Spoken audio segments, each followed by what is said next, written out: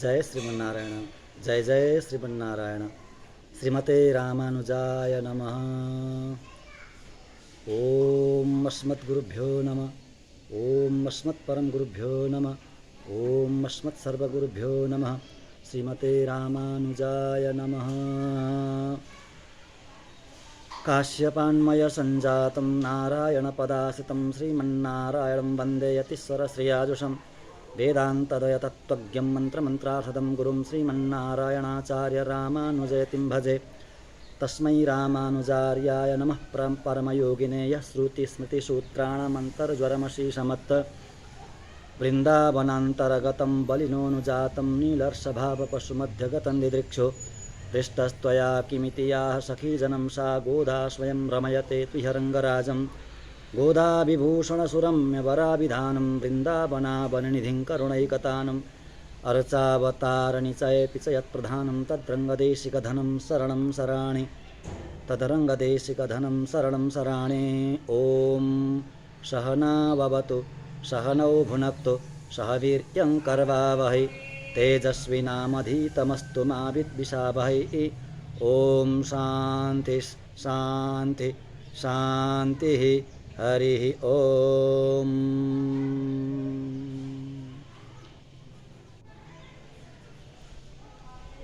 अखिल कोटि ब्रह्मांड नायक भक्तवांछा कल्पतरु शरणागत वत्सल भक्तवत्सल परब्रह्म परमात्मा श्रीपति भगवान श्री लक्ष्मीनारायण का असीम अनुकंपाद्वारा हामी वेदान्तको सारभूत ग्रन्थ अर्थपञ्चक वेदान्तको चिन्तन मनन गर्दैछौँ।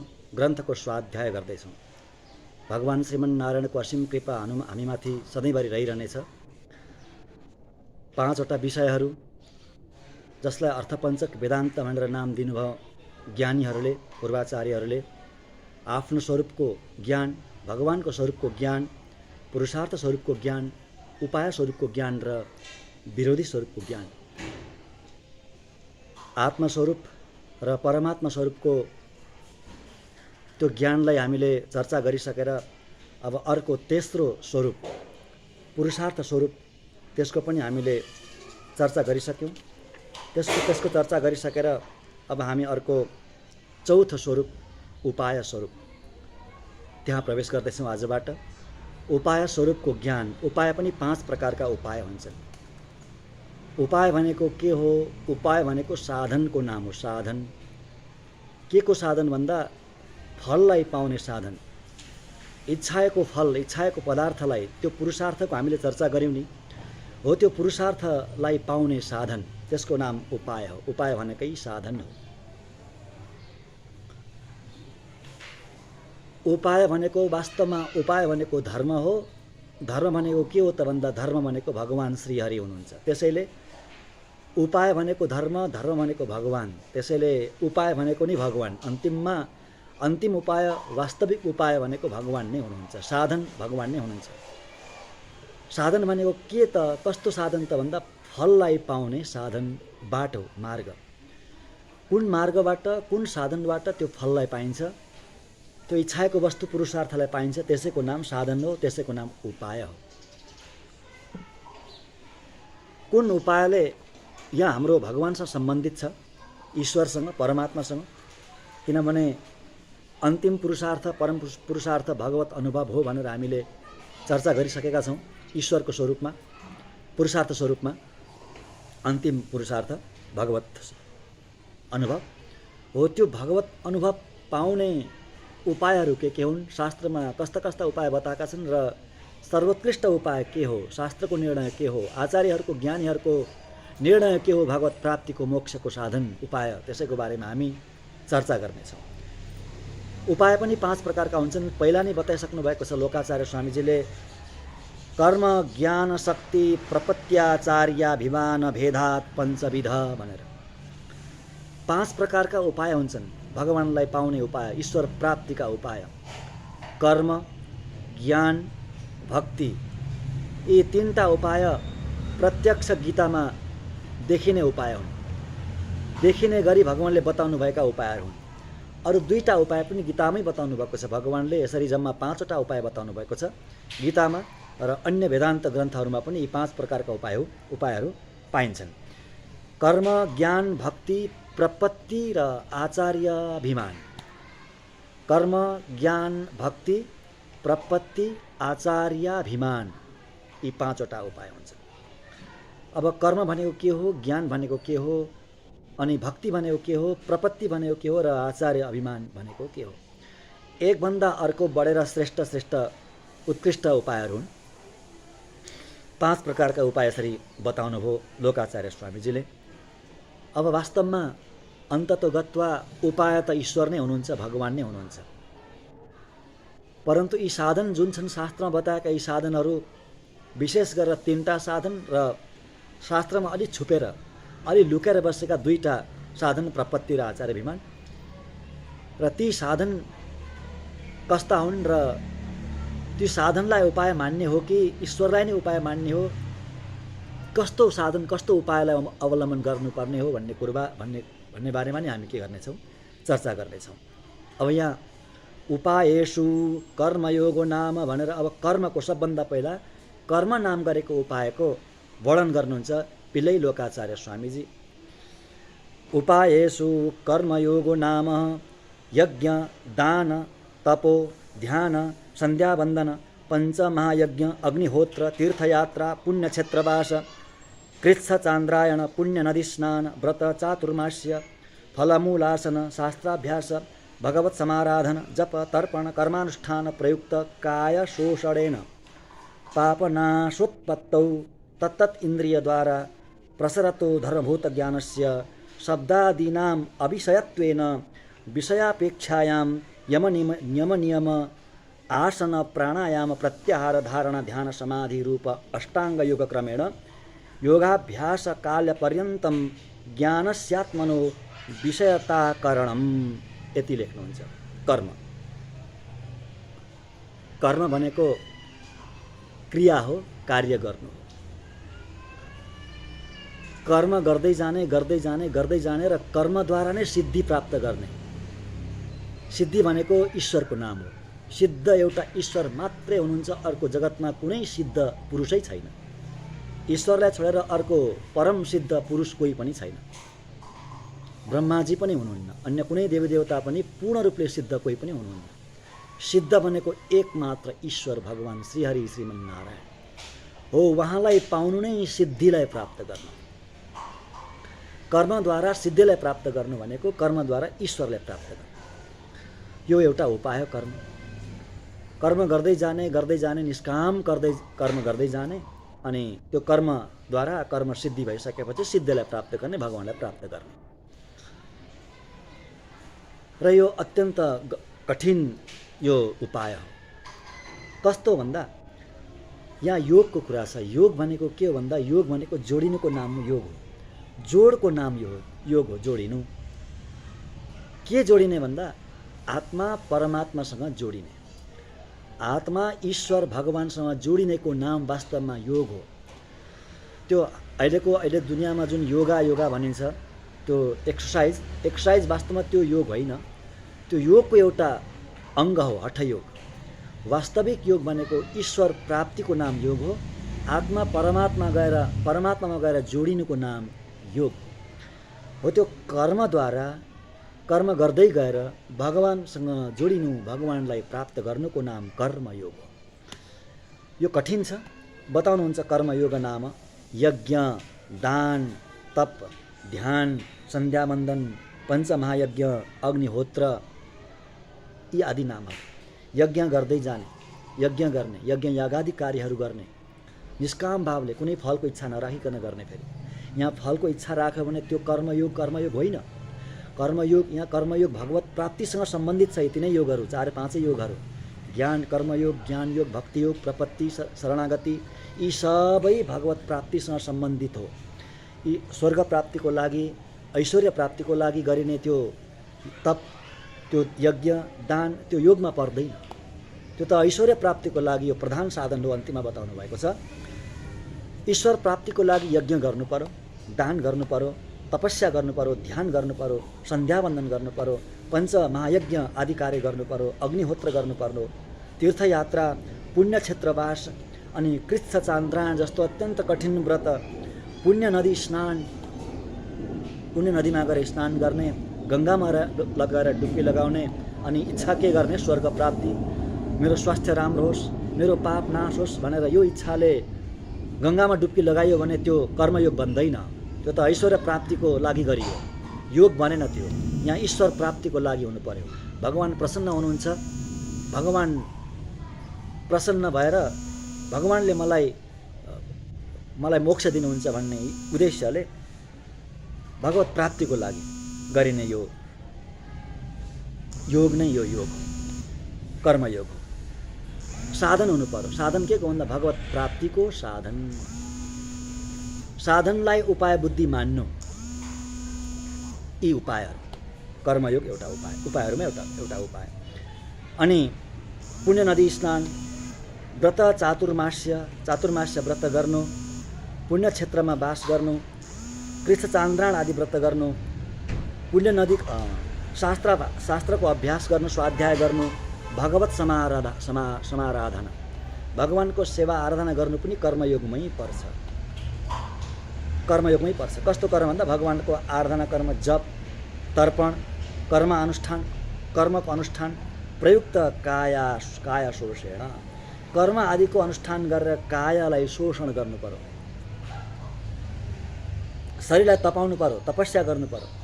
अनि त्यो तपस्याद्वारा जब पाप नाश हुन्छ, पाप नाश भइसकेपछि त्यो पाप नाशद्वारा उत्पत्ति भएको धर्मभूत ज्ञानले, धर्मभूत नाम गरेको ज्ञानले शब्द आदि विषयमा त्यहाँ आसक्ति रहित हुनु पर्यो। कति कठिन छ हेर्नु। अब यो धर्मभूत ज्ञान भनेको के हो? यी कर्महरू गरेर जति यहाँ बताउनु भयो नि, कृष्ण चान्द्रायण, भगवत समाराधना, जप, तर्पण, योगाभ्यास, नदी स्नान आदि जति पनि कर्म बताउनु भयो, यो कर्मले के हुनु पर्यो भन्दा कायको शोषण हुनु पर्यो, शरीर तप्नु पर्यो, तपस्या हुनु, तपस्वी बन्नु पर्यो।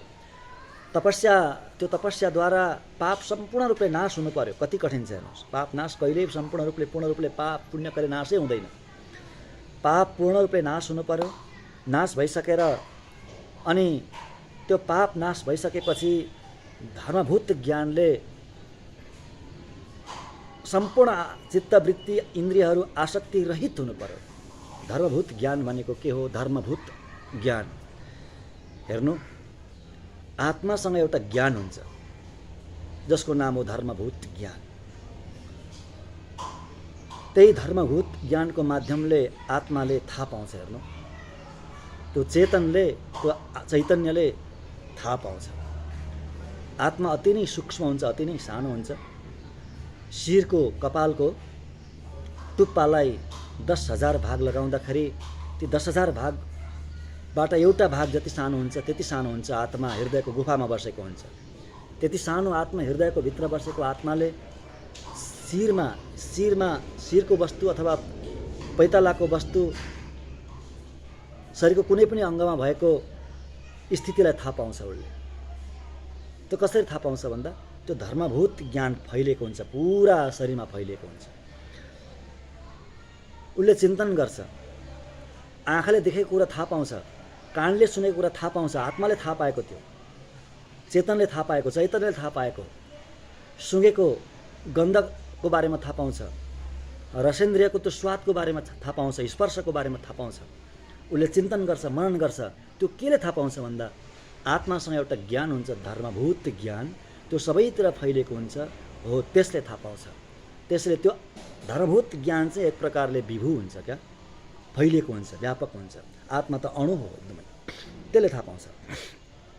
त्यो धर्मभूत ज्ञान कस्तो हुनु पर्यो भन्दा अविषयत्वेन, विषय रहित हुनु पर्यो, आसक्ति रहित हुनु पर्यो, विषयको अपेक्षा रहित हुनु पर्यो। अनि त्यति भइसकेपछि यम, नियम, आसन, प्राणायाम, प्रत्याहार, धारणा, ध्यान, समाधि, यी अष्टाङ्ग योगहरू हुन्। योगका 8वटा अङ्ग हुन्छन्। यी एकभन्दा अर्को एउटा क्रम हुन्छ, योगको क्रम हुन्छ। त्यो क्रमले, त्यो योगको क्रमले अष्टाङ्ग योगद्वारा के हुनु पर्यो भन्दा योग अभ्यास हुनु पर्यो। पहिला योग अभ्यास भइसकेपछि समाधिको अवस्थासम्म पुग्नु पर्यो। यी कर्म गर्दै गर्दै गर्दै गर्दै जानु पर्यो। क्रम छ हेर्नुहोस्। यो कर्म गर्दै गर्दै गएपछि, कर्म सिद्ध हुँदै गएपछि अनि यी अष्टाङ्ग योग पनि शरीरमा माने यो मनमा चित्तवृत्तिमा लागू हुने हुन्। त्यो स्थिति बन्छ, अष्टाङ्ग योग स्थिति बन्छ। एकैचोटि त्यो बन्नेवाला छैन, कई जन्म लाग्न सक्छ, कई जन्म भित्र जान्छन्। कर्मयोगको त्यो सिद्धि प्राप्त गर्नको लागि कई जन्म भित्र जान्छन् अनि अष्टाङ्ग योगमा त्यो स्थिति बन्छ। अष्टाङ्ग योगमा पनि कई जन्म भित्र जान्छन्। नियम आसनमै कति समय बित्छ, प्राणायाम सिद्ध हुनु पर्यो, प्रत्याहार सिद्ध हुनु पर्यो, धारणा सिद्ध हुनु पर्यो, ध्यान सिद्ध हुनु पर्यो, अनि गएर समाधि लाग्छ। यति हुनु पर्यो। यति भइसकेपछि यो क्रमले यति भइसकेपछि योगाभ्यास काल पर्यन्त अनि यति भइसकेपछि आत्माको बोध हुनु पर्यो। आत्माको बोध, आत्माको अनुभव हुनु पर्यो। बस अनि मात्रै गएर कर्मयोग सिद्धि भयो। अब त्यो पनि आत्माको बोध मात्रै, फेरि परमात्माको बोध पनि होइन, आत्माको बोध, आत्माको मात्र अनुभव। अब यो आत्माको अनुभव पनि सधैँ हुने होइन। योग अभ्यास काल पर्यन्तम भनेर लेख्नुहुन्छ। योग जतिखेर अभ्यास गरिन्छ, जति बेरसम्म त्यो समाधिको अवस्था हुन्छ, त्यति बेरसम्म मात्रै त्यो आत्माको स्थितिको के अरे बोध हुन्छ, अनुभव हुन्छ, आत्माको अनुभव हुन्छ। फेरि समाधि सकिएपछि फेरि त्यो आत्माको बोध त्यतिखेर हुँदैन। फेरि संसारमै चित्तवृत्ति लागिहाल्छ। त्यसैले यो निकै कठिन हो कर्मयोग आत्मासम्म पुग्नको लागि, परमात्मासम्म पुग्नको लागि। चित्तवृत्तिलाई आत्मामा जोड्नको लागि र आत्मा परमात्मामा जोडिनको लागि, आफू परमात्मामा जोडिनको लागि, त्यो योग सिद्धि हुनको लागि, भगवत प्राप्तिको लागि यसरी यो अत्यन्त कठिन हुन्छ। यो सिद्धि भए पनि कति जन्म कति युग बितेर सिद्धि हुने हो, त्यो पनि हुने हो कि नहुने हो। भगवानले गीतामा केवल एउटा व्यक्तिको नाम लिनुभएको छ। कर्मयोगले सिद्धि भएको एउटा व्यक्तिको नाम लिनुभएको छ, जनकको। कर्मणैव संसिद्धि मास्थिता जनकादय भनेर जनकको नाम लिनुभयो। अनि अरूको आदि भन्नु नाम पनि लिनु भएन भगवानले, एकजना व्यक्तिको नाम लिनुभयो। त्यसैले एकजना मात्रै वास्तविक सिद्धिलाई प्राप्त गर्नुभएछ, एकजनाले मात्रै, जनकले, राजा जनकले। त्यसैले यो अति कठिन कर्मयोग उपाय, कठिन उपाय कर्मयोग। अनि यो कर्मयोग कस्तो हुन्छ भन्नु होला हामीले? यो कर्मयोग ज्ञान योगको सहचारी हुन्छ, भनेको ज्ञान योगको सहयोगी हुन्छ। कर्मयोग सिद्धि भइसकेपछि अनि ज्ञानमा प्रवेश हुन्छ, ज्ञान योग प्रस्फुरित हुन थाल्छ, अनि गएर भक्ति योग। यसैले यो ज्ञान योगको सहयोगी हो र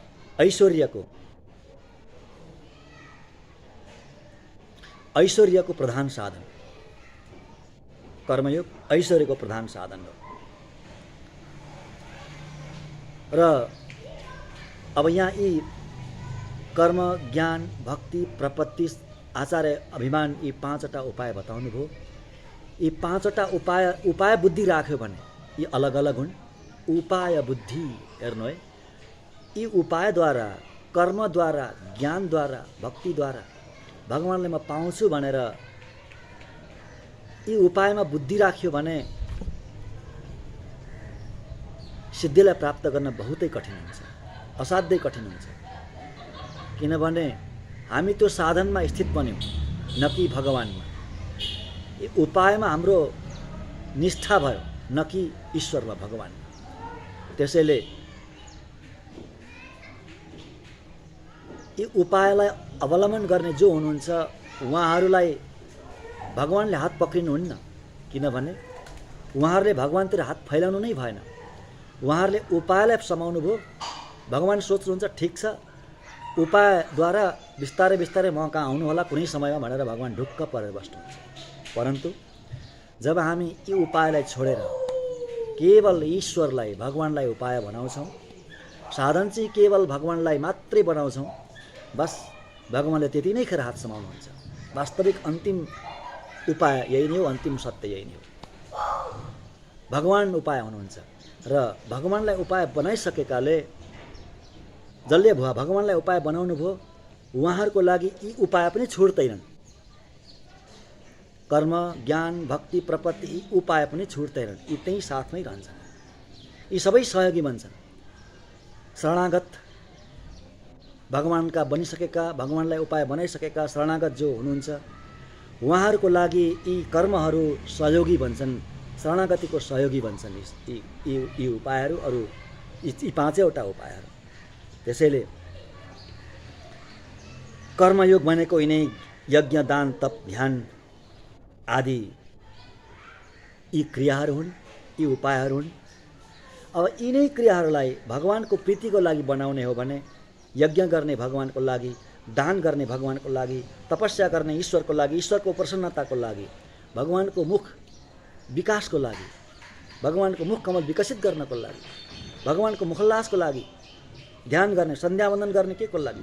भगवानको प्रसन्नताको लागि, भगवानको कैङ्कर्यको लागि, महायज्ञ गर्ने, अग्निहोत्र गर्ने, तीर्थयात्रा जाने, यी सबै जति पनि कार्य बताउनु भयो त्यो भगवानको प्रसन्नताको लागि गर्दै हो भने फेरि यी उपायमा उपाय बुद्धि रहँदैन। यी सबै उपाय गरे पनि बन्धन हुँदैन, उपायमा बुद्धि रहँदैन। हेर्नु, अहम त्वा सर्वपापेभ्यो मोक्षयिष्यामि मा शुच भनेर भगवानले जुन चरम श्लोक बताउनु भयो, सर्वधर्मान परित्यज्य भनेर। सर्वधर्मान परित्यज्यको अर्थ अत्यन्त गम्भीर छ। हेर्नु, सबै धर्म छोड्नु भन्नुभएको छ भगवानले। यहाँ छोड्नु भनेको धर्म जति गर्दै नगर्नु भनेको होइन। त्यहाँ सर्वधर्मान परित्यज्य भनेको अहिलेसम्म हे अर्जुन मैले तिमीलाई जे उपाय बताएँ मलाई पाउनको लागि, कर्म, ज्ञान, भक्ति, प्रपत्ति जे बताएँ ती सबै छोडिदिनु। छोड्नु भनेको त्यो उपाय पुरै छोड्नु भनेको पनि होइन। ती उपायहरूमा, ती साधनहरूमा उपाय बुद्धि नगर्नु भनेको, उपाय बुद्धि नगर्नु भनेको, उपाय चाहिँ केवल मलाई मान्नु। त्यसैले साधन मलाई मान भनेर भगवानले त्यो भन्नुभयो त्यो चरम श्लोकमा, सर्वधर्मान परित्यज्य भनेर। र वास्तविक उपाय ईश्वर हुनुहुन्छ, भगवान हुनुहुन्छ। उपेय भगवान नै हुनुहुन्छ, साधन भगवान नै हुनुहुन्छ, मार्ग भगवान नै हुनुहुन्छ। कर्म पहिलो उपाय। शास्त्रमा बताएका भगवानलाई पाउने उपायहरूमध्ये पहिलो उपाय कर्म। यसरी हामीले आजको यो कालक्षेपमा कर्मको बारेमा चर्चा गऱ्यौँ। त्यस पछाडि ज्ञान छ। अयञ्च कर्मको बारेमा भन्नुहुन्छ, अयञ्च ज्ञान योगस्य सहकारी ऐश्वर्यस्य प्रधान साधनं च भवेत्। 28 नम्बरको चूर्णिकामा यही कर्मको बारेमा भन्नुहुन्छ। ज्ञान योगस्य अयञ्च भनेको यो जुन कर्मयोग, ज्ञान योगस्य सहकारी, ज्ञान योगको सहकारी बन्छ भनेको सहयोगी बन्छ। अनि ऐश्वर्यस्य प्रधान साधनं च भवेत्। ऐश्वर्य भनेको जसले स्वर्गादिको इच्छा गर्नुहुन्छ, संसारको ऐश्वर्यको इच्छा गर्नुहुन्छ, उहाँहरूको लागि यो कर्म प्रधान साधन बन्नेछ। किनभने कर्मद्वारा नै ऐश्वर्यको प्राप्ति हुन्छ, कर्मद्वारा नै स्वर्ग आदि लोकहरूको प्राप्ति हुन्छ। किनभने यहाँ जो अगाडि कर्महरू बताउनु भयो त्यो कर्मद्वारा ऐश्वर्यको प्राप्तिको इच्छा भयो भने ती ऐश्वर्यहरू सहजै मिल्छन्। परन्तु भगवान जो वास्तविक फल हुनुहुन्छ, वास्तविक ऐश्वर्य हुनुहुन्छ भगवान, उहाँ चाहिँ मिल्नलाई धेरै कठिन हुन्छ कर्मयोगद्वारा। र यसरी हामीले कर्मयोगको बारेमा चर्चा गऱ्यौँ। र भोलि हामी ज्ञान योगको बारेमा अर्को प्रवचनमा, अर्को कालक्षेपमा हामी ज्ञान योग अनि भक्ति योग अनि प्रपत्ति भनेको के हो, अनि आचार्य अभिमान भनेको के हो भनेर यसको बारेमा पनि हामी चर्चा गर्दै जानेछौँ। हवस् त, जय श्रीमन्नारायण।